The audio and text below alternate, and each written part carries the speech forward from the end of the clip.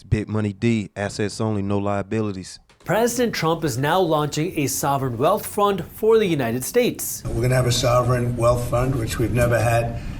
We have a lot of things that create wealth. This has the potential to change the way that our economy operates, but most people have no idea of what a sovereign wealth fund is, how it works, let alone how you can profit from it. But that changes today. You can think of a sovereign wealth fund kind of like an investment account for the government. But instead of you investing your money to fund a nice retirement, the government is investing money to hopefully buy some nicer things for its citizens. I say hopefully because sometimes sovereign wealth funds can hit huge home runs, but other times it doesn't work so great. This is where a lot of people get caught up in the political side of these arguments as to whether it's good or whether it's not. I want you, as a financially savvy investor, to take it one step further and understand if this is going to happen, how can you find the investment opportunity? Because President Trump says that he wants the United States Sovereign Wealth Fund to be the largest one in the world, which means this could definitely move markets and create an investment opportunity for the people that understand it. And that's what I want to go over in this video. And to help you understand that, I'm going to break this video up into 4 parts. Number 1, I want to explain how sovereign wealth funds work. Number 2, how are they funded? Number 3, how does this create an investment opportunity for you? And number 4, what are the risks associated with that? So let's go through this one by one, starting with how sovereign wealth funds actually work. Sovereign wealth funds are not a new concept. Countries around the world have sovereign wealth funds, with Norway being the largest at $1.7 trillion. So the sovereign wealth fund is this giant pool of cash that's managed by a country's government. But what are they actually doing with this money? Well, read what Reuters has to say. A sovereign wealth fund acts as an investment account or as a development tool or a combination of the two.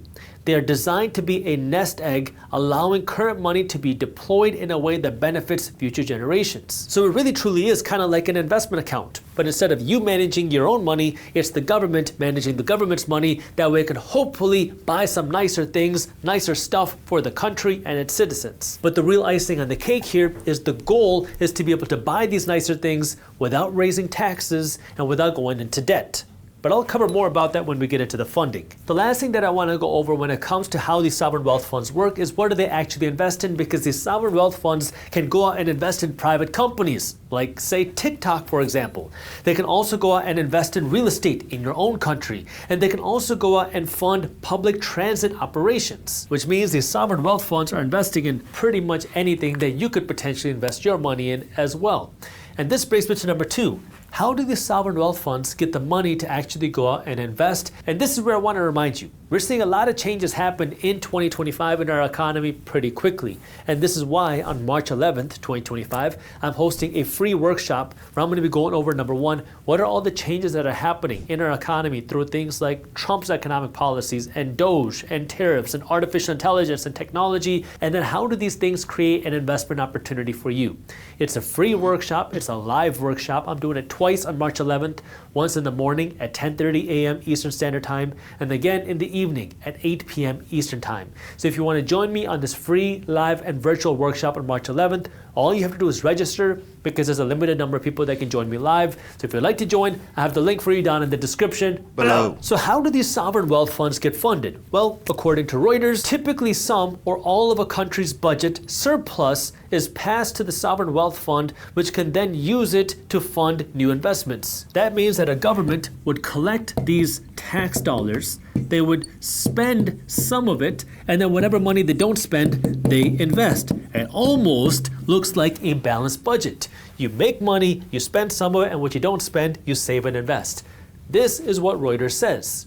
But there's one problem here. The United States is not running a surplus. We're running a huge deficit, which is the reason why the United States is in deep debt, which means we don't have a balanced budget. We're generating money from taxes, we're spending all of that money, and then we're going into debt to fund even more spending. And so we have no money left over to save and invest. But Y'all want to know where some of our tax dollars went while Biden was president? Do y'all want to know? I'm gonna just give y'all one example. $20 million went to Iraq for Sesame Street. Let me say it a second time. They sent $20 million to Iraq for Sesame Street. That was under the Biden administration. When Biden was president, he sent $20 million to Iraq for Sesame Street.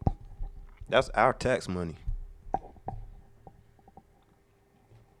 $20 million for Sesame Street in Iraq, y'all. But then it gets even more interesting because the Trump administration wants to pass huge tax breaks, which means, in theory, we'd have even less tax dollars coming in here. So I'll draw a little downwards arrow. And we're talking about passing out these Doge dividend checks, which you can put it almost like a larger expense because we're giving some of that money back. Now, I get it, it's supposed to be more like a tax refund, but just for simplicity, it's almost like we're raising expenses while cutting taxes. How are we going to go out now and start investing money when we're already spending more than what we're generating? And this is where I had to do a little bit of digging. And according to the Treasury Secretary of the United States, the plan is to monetize assets currently owned by the United States government, quote, for the American people. I'll explain what that means in just a minute. And then Trump also says that the plan is to use revenue earned from tariffs on U.S. imports as a basis for the wealth fund. Again, we're in the very early stages of this, but what this sounds like to me is it sounds like the government is talking about selling off some of the federal land and then selling off some vacant government buildings and using that money from that sold assets. So the government land, the government buildings, using that to fund this, and also using some of the revenue generated from taxes as a way to fund this. Now, this can be a little bit confusing because we've also heard how we want to use the tariff revenue as a way to lower the income tax. Here we're also hearing how this tariff revenue can also be used to fund this investment fund. So you can start to see how it's a little bit confusing, but instead of generating a surplus, meaning spending less than what you're making, it sounds like the government wants to sell off some of their assets to have some new cash and then use this new cash to create a new investment fund. So it's almost like switching assets. Instead of owning federal land in these government buildings, we want to switch it into hopefully an asset that will produce a higher rate of return. So take that for what it's worth. Now that you understand the basics of how the Sovereign Wealth Fund will be funded based off of the information that we have today, let's talk about how this can create a potential investment opportunity. Now here's the thing, there are a few states in the United States that have their own wealth funds. But to understand how this could potentially create an investment opportunity, I think what the best thing is to do is to look at some of the countries that have very large sovereign wealth funds, and let's see how it has played out over there. Norway has the world's largest sovereign wealth fund, and they take their profits from selling oil and they dump that money into their sovereign wealth fund, and then they invest that money in the sovereign wealth fund into things like equities, which are stocks. They invest in fixed income, real estate, and renewable energy. Saudi Arabia also has a very large sovereign wealth fund, and they use the money in the sovereign wealth fund to invest in public infrastructure. They invest in private startups, and they also invest in publicly traded stocks. For example, here's a fun fact. Did you know that Saudi Arabia's sovereign wealth fund is a very large investor in companies like Lucid and Activision and EA and Uber, which means yes, every time you get into Uber, you're making Saudi Arabia a little bit richer. So the question then becomes, how does this affect you and how can you find the opportunity here? Well, the more difficult option is you can go out and create an asset that gets money from the sovereign wealth fund. For example, Lucid, the car company, is in business today because they have raised so much from the Saudi Arabian wealth fund that it has allowed them to cover a lot of their losses. But going out and starting a business is obviously very difficult, but there is an easier way. Instead of you going out and creating the company, you could just invest in some of those companies. And this is where I want to go back to the basics just a little bit. Remember, supply and demand. Now, why am I bringing this up? Because the price of a stock ultimately depends on supply and demand. When you have more buyers than sellers, when you have more demand than supply, the price of a stock goes up. When you have more sellers than buyers, the price of a stock goes down. Yes, the profitability of a company can impact a stock's price, but a stock price doesn't go up just because the company is making more money. It goes up because a company is making more money, which can create more demand. If a company makes more profit, but people aren't buying the stock price can go down. The reason why I'm saying this is because if the United States government goes out and creates a sovereign wealth fund, and they've hinted that they want it to be very large, they want it to be the largest in the world, is what we've also heard, which means if we create this new multi-trillion-dollar sovereign wealth fund, and a piece of that is now being invested into the stock market or into companies in the United States, well, that could create more demand for things like stocks. Now, there's a good chance that the sovereign wealth fund will invest in different types of assets.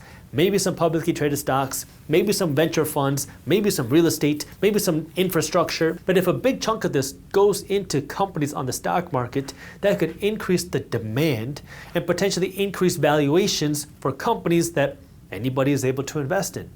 Which means there is a very good chance that the sovereign wealth fund could make investors even wealthier because it would dump more money into private markets.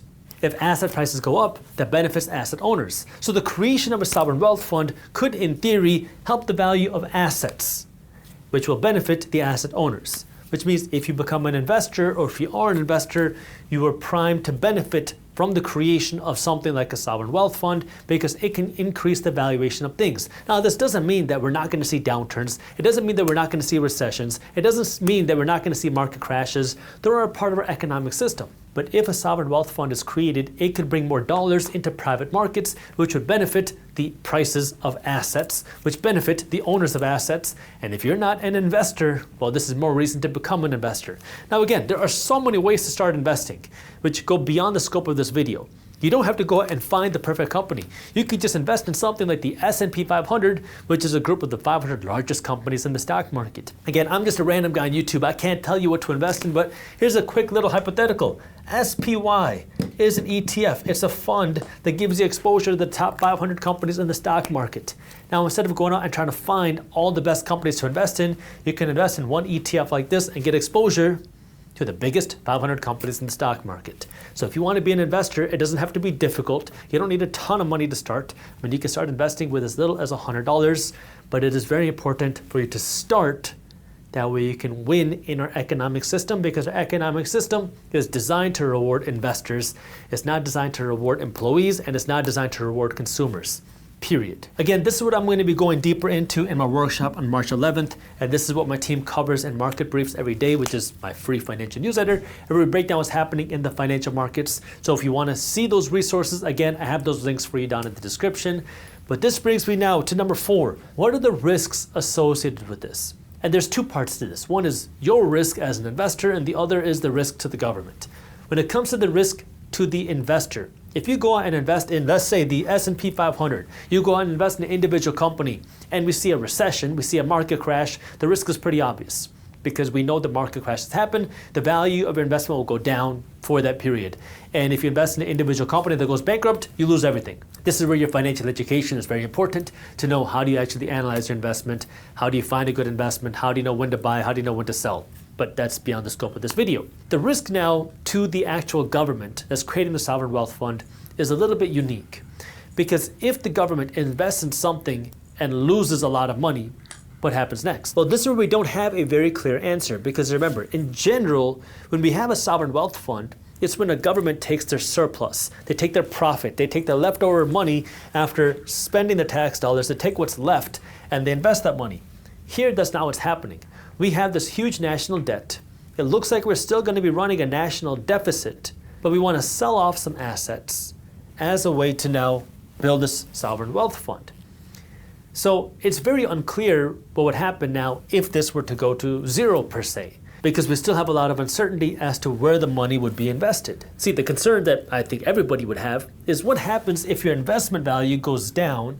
Does that mean that you're going to stop certain government spending? Would that mean that you have to cut certain benefits? And in theory, the answer would be no, because these are two completely separate accounts. You have your emergency savings, you have your investment account, and you have your spending account. Right? That's what a balanced budget has. The problem is we don't really have a balanced budget yet. Hopefully we'll get there or get closer to there. We'll see what actually happens. But right now, we are spending more than what we're generating, and so we're spending based off of debt. And if we're funding this without debt, then that's a good thing. But if we're going into debt to now fund these investments, well, you can start to see how that amplifies risk. And this is where we have a lot of uncertainty. If this is being funded by selling off other assets, then we just lose some value of our assets if it goes down. If it goes up, then the balance sheet goes up and all is good. But this is where we don't know exactly what's going to happen. And that's where it creates uncertainty. Because in the financial world, that's not the government, you have 3 financial statements. You have your balance sheet, income statement, and cash flow statement. Your balance sheet is your asset and liability. Your income statement is your profit and loss. Your cash flow statement shows how the cash flows through the company. Well, when we look at the balance sheet, your assets minus liabilities, that is what tells a bank how much money they're willing to lend to a company, because they want to see how many assets you have, subtracting your liabilities. If you have more assets, then they're willing to lend you more money. Well, we're selling off some of those assets and we're moving them here. That's what it looks like is going to happen. If that happens, that could potentially make the government more creditworthy if the value of those assets go up, and that could potentially mean that the government would go into deeper debt to spend more money here. Or what might be better financial planning is we take some of those profits to pay down the debts. That way we have less debt. So it depends on how we want to budget the finances for the government. But if we have a loss here, that can make the government less creditworthy, which would mean we have more liabilities than assets.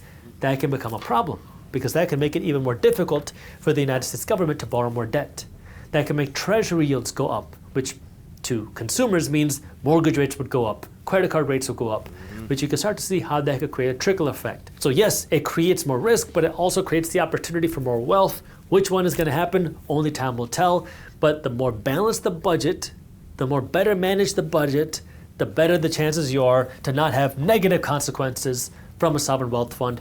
And this is where time will tell what will ultimately happen. President Trump is Man, he said a whole lot of good information on this one. Hope y'all paying attention, y'all. Let's get this money. Assets only. No liabilities.